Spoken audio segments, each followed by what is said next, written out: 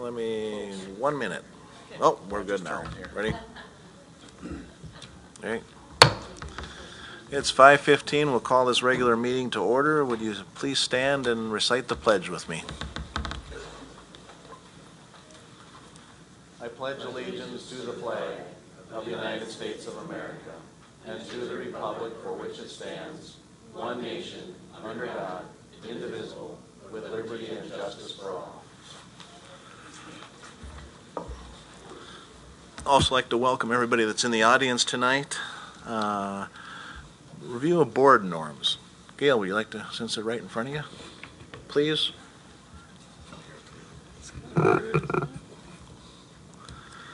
Decisions will be the board developed norms are: all perspectives will be voiced and heard.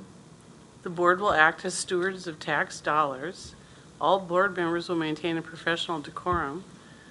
Decisions will be based on the board's strategic plan, its mission, and what's best for students. Meetings will be efficient. Thank you, Gail. We have no public communications. Are there any conflicts of interest to declare? Hearing none, is there a motion to approve a consent agenda? Motion by Gail, seconded by Mindy. Any discussion? Hearing none, assuming roll call vote, all those in favor say aye. Aye. Opposed, same sign. Motion carries. Moving into our regular agenda, letter A, we have recognition. Diane, would you like to start them out? And then if the recipients being recognized would like to come up, and then we'll stand here for until we're all done with a photo. So, if we could have Michaela Patel, Cassie Manley, Julia Breidenbach, and Emily Lowinger. Fran Silbernagel come forward.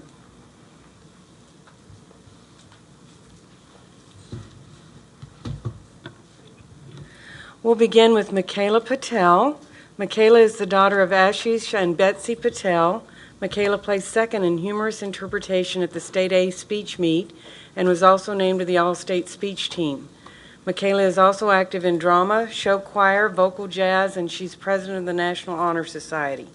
She works as a dietary assistant at Eventide Nursing Home.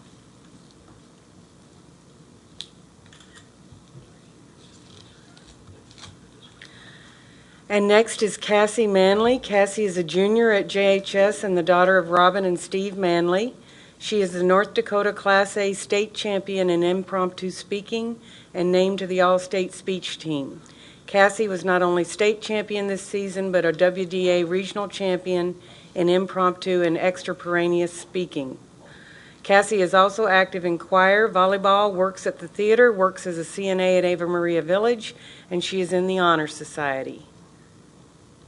Congratulations, Cassie. Emily Lowinger and Julia Breidenbach. They both serve on the All-State speech team. Emily is a junior at JHS and the daughter of Dorothy and Jeff Lowinger. Julia is also a senior and the daughter of Chris and Andrea Breidenbach. These two are the North Dakota State champions Class A in serious dramatic duo. Not only were they successful in this event, Emily was the WDA regional champion in dramatic, and the duo was first at regionals.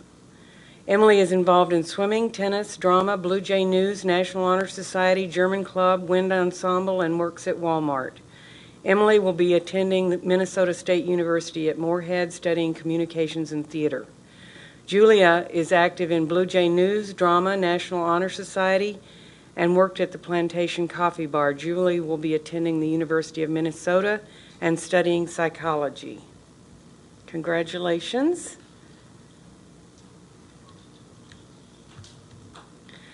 And the board would also like to recognize Fran Silbernagel and the JHS custodial team for the commitment to recycling. The board and community are appreciative that Mr. Silbernagel and the staff are modeling the responsibility for students. Congratulations.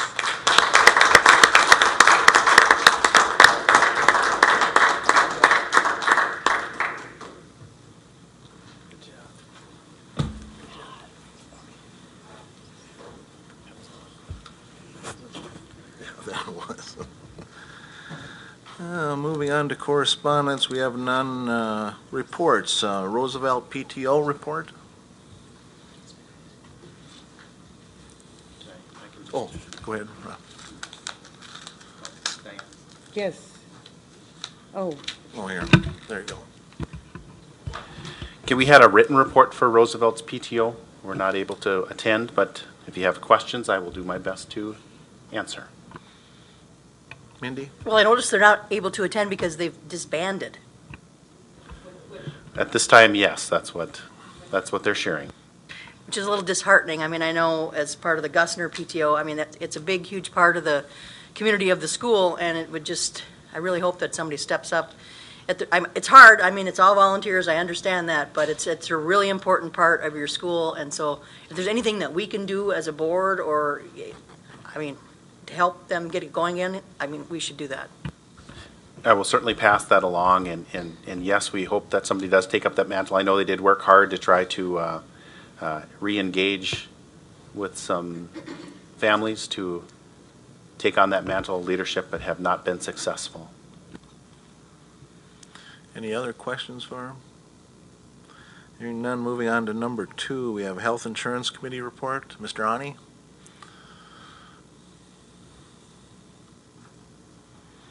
Hello, everyone. I'm Ken Awney. I'm a teacher at the middle school, and I'm a member of the Health Insurance Committee, and I'm here to report on our progress this year. I'll keep this brief and informal. I'd like to talk about 3 things. First is the health insurance balance, and I'm happy to report that our balance is healthy, and we're maintaining our 4-month cushion as per the negotiated agreement. By that I mean our balance exceeds the last 4 months of expenses, but at a responsible level. It doesn't exceed the last 6 months of expenses, just the last 4 months. So the fund is being used well. The second thing I'd like to talk about is moving into next year. We're looking at increasing costs, certainly in this changing, evolving landscape of healthcare. Costs continue to rise, and we're looking at cost of living increases. We also have our eyes on what's called a Cadillac tax. There's a mathematical formula that we have to fall within to avoid this tax, and right now we don't fall within that. It's not an immediate concern, but it is something we're keeping our eyes on. So we're looking at raising costs for next year. Nothing ridiculous, nothing drastic, but something that is responsible and reasonable. Third thing I'd like to talk about is an innovative idea that we've been exploring, well, for some time now. When the Affordable Care Act first started talking about that years ago, when Dr. Saxberg was the head of the committee. Right now, Mr. Lynch is the head of the committee, and Mr. Leck and Sally are very helpful in that. The Hayes Group helps us a great deal, giving us insight and keeping us abreast of what's happening regionally, statewide, and nationally. And something that we've talked about in the Health Insurance Committee, it's more than just finances. We also want to talk about the level of health care that we're receiving. And so we're looking at what's called a near-site clinic. I don't know if you're familiar with that or not, but it's something that's been taking root in the business world, and now it's starting to happen in school districts as well. And Mr. Leck or Sally or Mr. Toso, feel free to jump in. In my mind, it resembles a walk-in clinic, but a walk-in clinic that is only open to members of our health insurance group, which cuts down considerably on wait time. It's the same doctor so that you can build a relationship. When you go there, you know who the doctor is going to be because you see the same doctor every time. You can also make appointments that you could make for any general practitioner.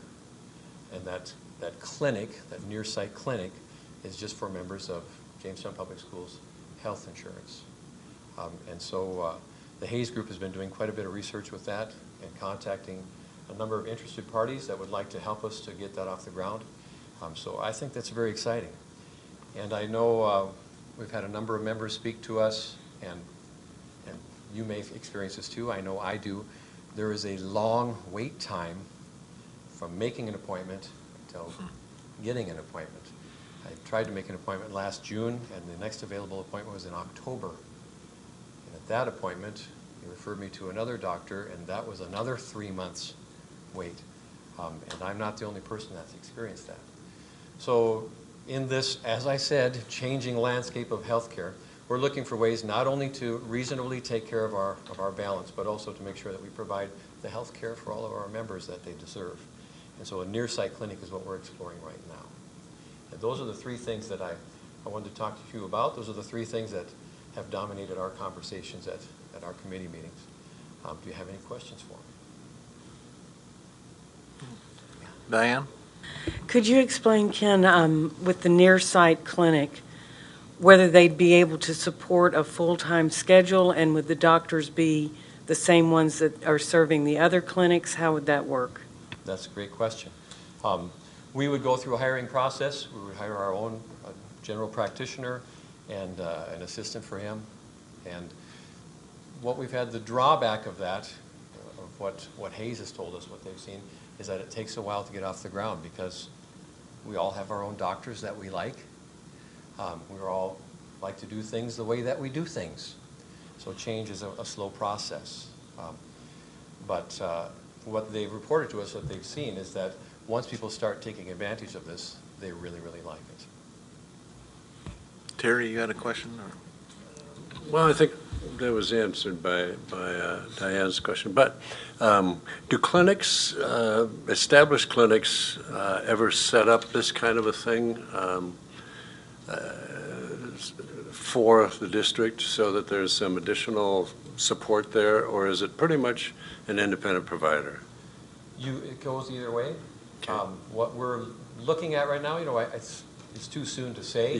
Yeah. But Essentia has been talking to us. Okay. And about setting up a facility up at JRMC so that our facility would be there, and then also there's everything else there that's handy, available. Yeah. Mr. Leck? Rob? Just to add to that also, really it works best to kind of answer both of your questions. It really does work best when there's a partnership, because there's a tipping point of when the membership, from an efficiency standpoint, you want to have a certain number of members to match a physician or a general practitioner, whatever level, mid-level, whatever person is hired.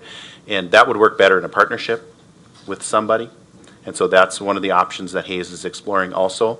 And, and Mr. Ani talked very well about that relationship building that's so important between a person, their healthcare provider, building that relationship. But there's also some benefits from the fund standpoint, and other benefits to the care or for those that have the plan. For one, if you would to go, and this is kind of the incentive piece of how we would entice people to go to that outside of just that relationship, there would be no copay to people attending the near site. You would not be forced. No person would be forced, you have to go to the near site clinic. It would be, you can make the choice, but if you do make the choice to go to the near site clinic, there'd be no copay. There is the benefit to the fund where Hayes does believe that we could save substantially by offering, really it works out very well, because really that's a better service to those on the plan, to build that one-on-one relationship, but it also is will result in a savings to the plan as well. So there's lots of really positive things happening with this concept, and if it's something we can develop further and implement, I believe that it'll really be a benefit not only to the users but also to the fund itself. Any other questions? Heidi? Yeah, does Hayes feel like we're a large enough self-insured organization to be able to pull this off? That's a good question. Would we have to I'm sure there's other self-insured we could partner. Yeah, they're encouraging us to find a partner. I think, was 500 the number, Mr. Yes. Leck? They say, ideally 500 members, which we're not quite there. It's a good question. Greg? Just a quick question. Are there any other districts that are looking at this, or is this just, are we the trailblazers, or how's that working? Regionally, I would say we're the trailblazers.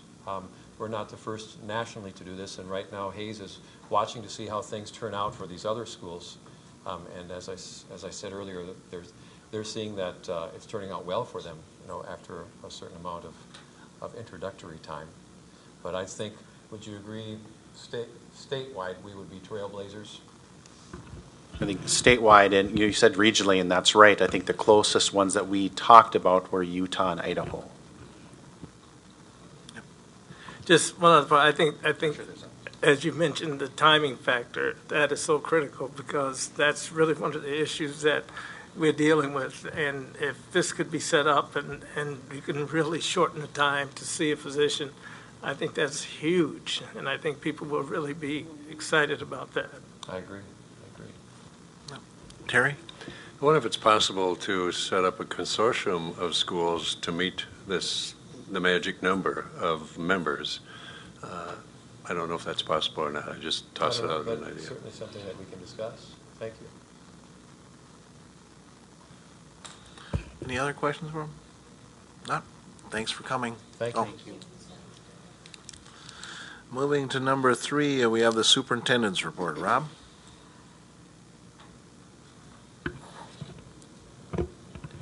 Okay, outside of what we have already on the agenda, I wanted to point out a few things. I did attach the state performance plan, which is, similar. I guess I'd look at it similar to the adequate yearly progress reports. Just like school districts, special ed units are subject to accountability measures. I wanted to pass that along. We're very happy to say that our SPP, our state performance plan, met all of the indicators, and I listed them there that were monitored in this year. So they have done a very good job, and wanted to pass that good information along. Also wanted to pass along that right now we are based on our preliminary registration, we will not be filling that science opening that we had talked about previous.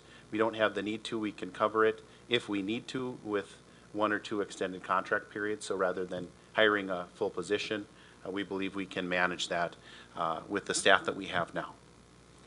That in the high school. We have pool pack stuff later, so we'll talk about that. And I just wanted to briefly mention on our second meeting, or I should say on our January 18th board meeting, we talked to Dietrich's about a new fee structure. Just wanted to let the full board know that other board members in our have been visiting, and Sally and I have been visiting with Dietrich's. We've met a number of different times.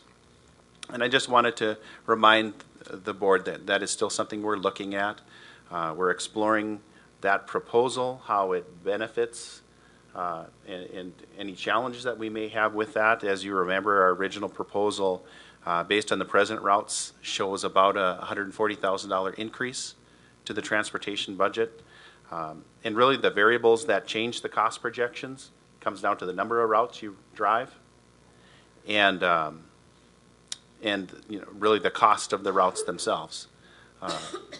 So if you want to negotiate the cost down, that really comes down to how many routes do you have on your routes, or what's the number of routes that you have, and then negotiating that per route amount. So there's one amount for rural routes, one amount for city routes, and those are the 2 variables that we need to look at, and that's what we're meeting with, and we're going to meet again with Dietrich's here in the next week or so, and continue to work with that proposal. But I just wanted to make sure that the board remembers that is on our plate and something that we want to continue to focus on, looking to get something completed within the remainder of this fiscal year. I'd be open to questions if you have any regarding transportation or anything else. Terry? Where are we on the ownership and remodeling of the garage building? That's part of this whole process. That's one of the things that they requested. As we've shared with them, as a district facility, that makes the most sense if we cover that expense through our building fund. So I wouldn't anticipate that being something that we would ask an outside entity to take care of, because that's our facility. Yeah, that's right. Yep. Diane? I wanted to ask about the science decision. Just wanted to know how involved the staff was in that, of course, and then also what it will do to the class sizes. In terms of the decision, I guess I can't say. I wasn't involved in that aspect of things, but I do know that the recommendation brought forward was that they could cover, have reasonable class sizes. And actually, the latest proposal has no extended contracts. So I believe that even if the class sizes were to extend slightly, an extended contract would cover, which is better than, then you're putting forward a $10,000 expense instead of a full staff member if it's not necessary. So based on the preliminary registrations, it's very reasonable. Any other questions? None? Oh, Heidi? And I'm assuming that's something we'll just continually to monitor, and then if we in the future feel the need to fill it, we can make a decision at that time. Thank you for bringing that up. Yes, this is a short-term situation based on the registrations right now. I think as a board, as a high school, have to recognize that with our larger classes coming up from the middle level, you're very likely going to see that position replaced in the future. This isn't a long-term, necessarily it's a year-by-year situation. Okay. Any other questions? None? Done? Okay. Moving on to old business. Any old business? Hearing none, moving to new business. Under activities, is there a motion to approve the boys soccer co-op agreement with Pingree Buchanan Schools for the 16-17 school year? Motion by Brenda, seconded by Terry. Any discussion? Gail? They pay or is it just free? There's no cost. No cost. Are we always that way? Well, not to us, though. Not to us. There's a fee, but not to us. Right. No, they pay us. All right. Any other discussion? Diane? I guess I just want to know exactly what it means. The Pingree Buchanan students will come down and join our team? Is that what it means? Yes, that there be the option to do that. That was a request. Any other discussion? Hearing none, all those in favor say aye. Aye. Opposed, same sign. Motion carries.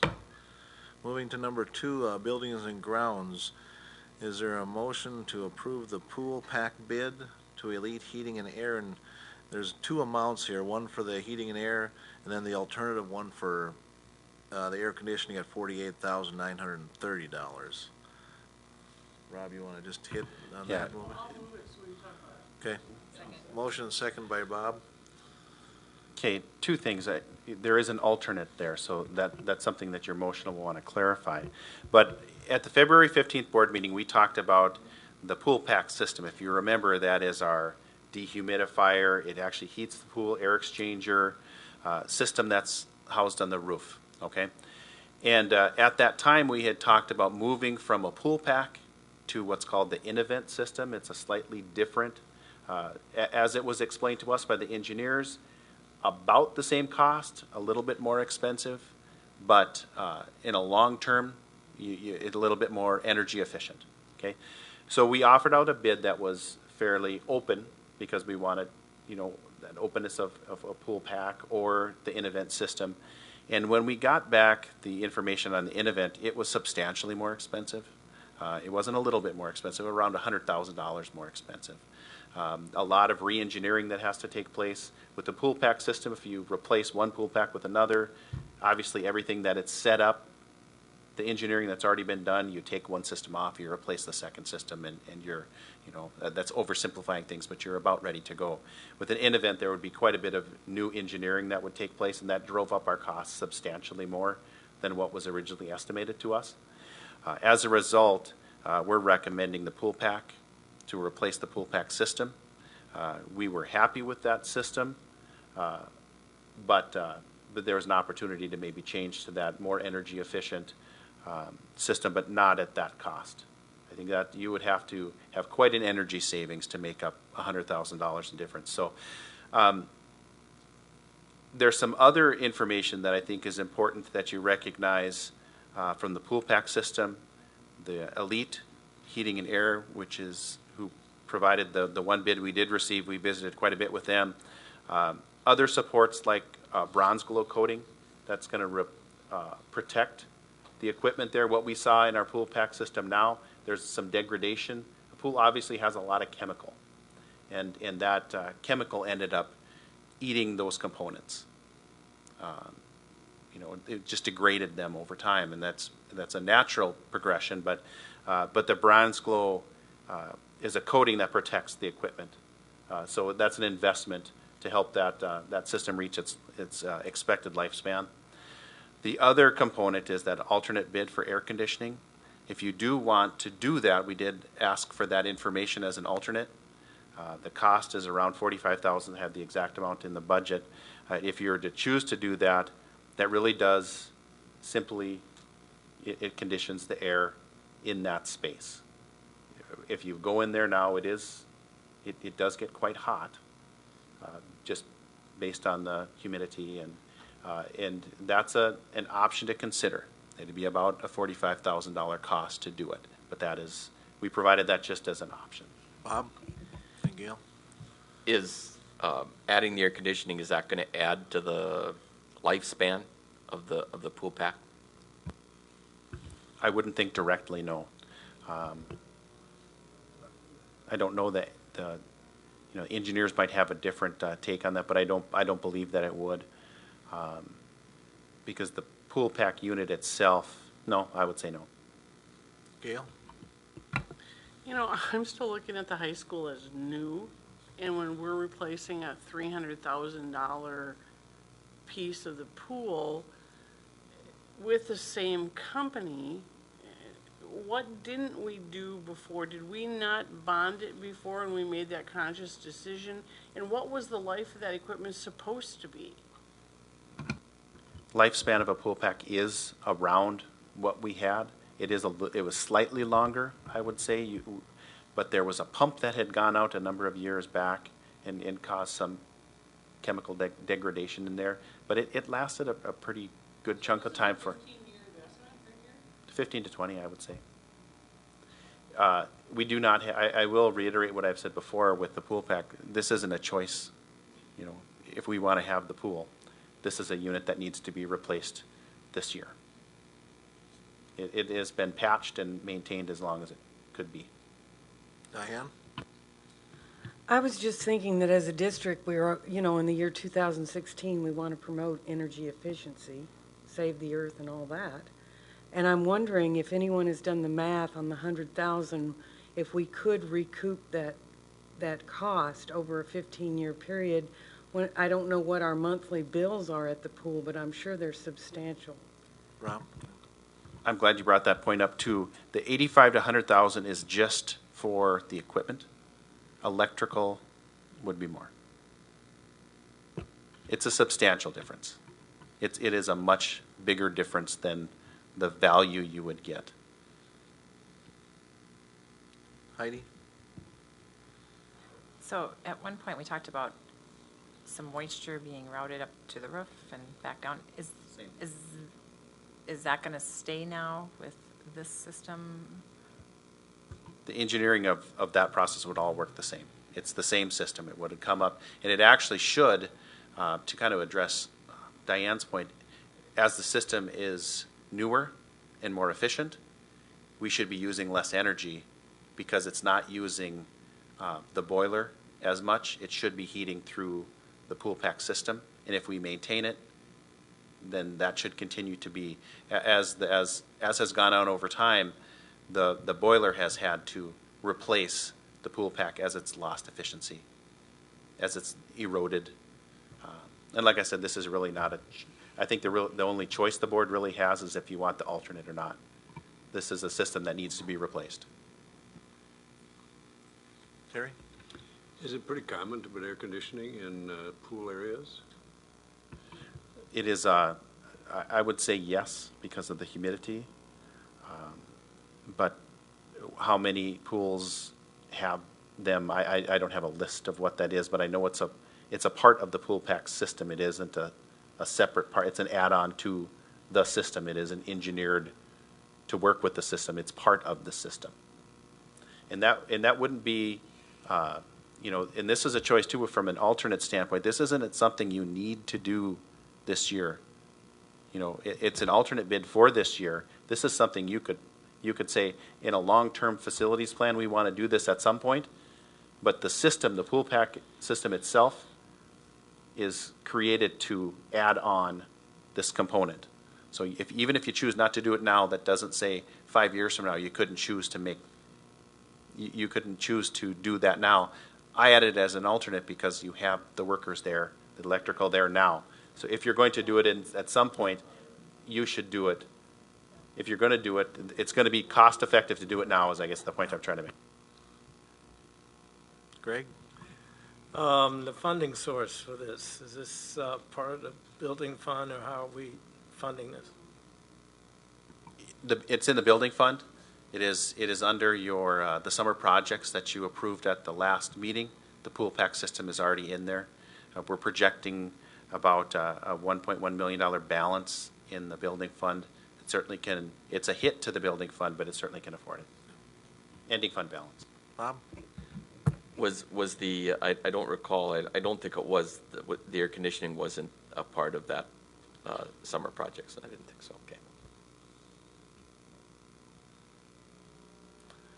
Gail?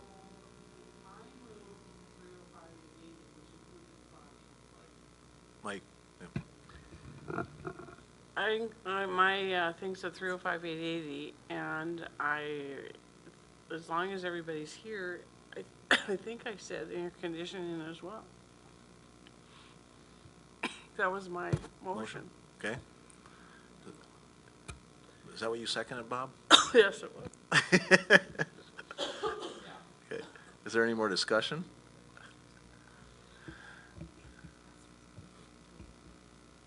Okay, roll call vote?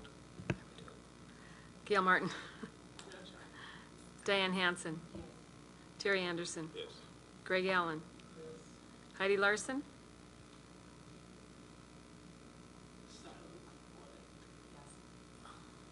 Brenda Remick. Mindy Schmitz. Roger Hout. Yes. Robert Toso. What was that?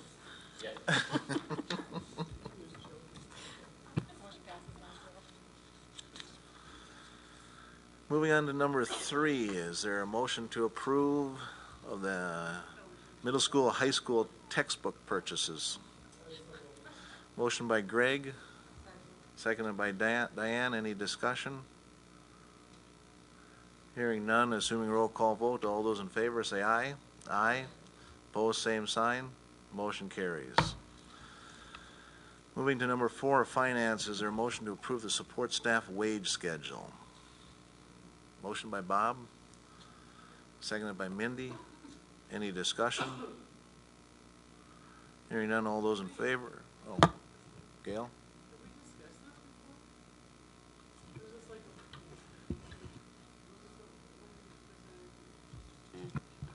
It's the schedule, it's the schedule right now. Schedule. The next one is the amount of wages.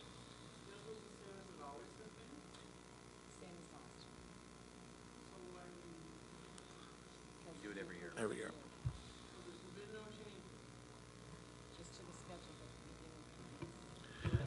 Just for clarification, the wage schedule, you adopt a new wage schedule every year. This does not represent changes to the wage schedule outside of the year change is what you'd see. Coming up on your agenda next is the recommendation to increase by 4% the support staff wages. Any other discussion on the support staff schedule? Hearing none, all those in favor say aye. Aye. Opposed, same sign. Motion carries. Letter B is the approval of the support staff wages for the 2016-17 school year, which is an average of about 4% increase this year. Motion by Greg, seconded by Diane. Any discussion? Rob? Well, just a clarification, it is a 4%. It's at an average, so it would be a 4% on each staff member. If you remember last year, we did a flat increase. This year is a 4% is a percentage, just so Heidi? there's an understand. I just have a question about hiring. Are we finding, still, I know there were some areas where we were it was challenging finding people to fill positions. Do we feel that the labor force is loose? Is it a little more available, or is it about the same? I wouldn't find a significant difference. It's just like any other position. The labor force in Jamestown can be challenged, especially in some of these areas. So I think other businesses see that. We certainly see that as a school. But no, I think we still have some limited applications in some areas, and that goes from non-certified to certified. And we see challenges everywhere. Diane? Just coincidentally, I've had 3 people approach me in the last couple of months about working as a para, and they seem to be confused about who to go to apply. They're telling me that they're referred to the principal, and then they don't know what to do next, and I just wondered if it's clear what's going on there. And we apply online. All positions are through AppleTrack. You can find on our website. Or whoever they do call would be referred to our website. Any other discussion? Hearing none, all those in favor, assuming roll call vote, say aye. Aye. Opposed, same sign. Motion carries. Should we do that now? Okay. Emily's here now, so if we want to read her recognition, Diane, and then if she wants to come forward.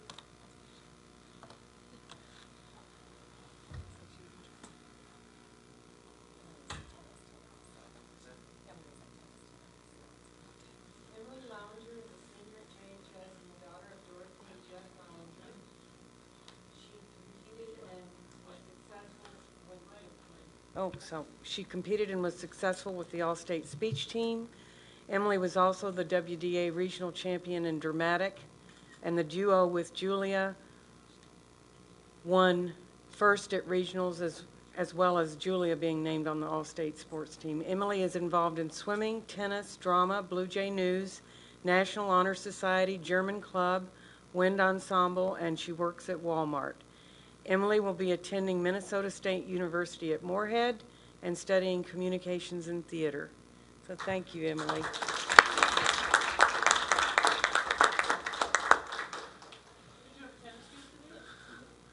Yep, just for clarification, she was playing tennis, so.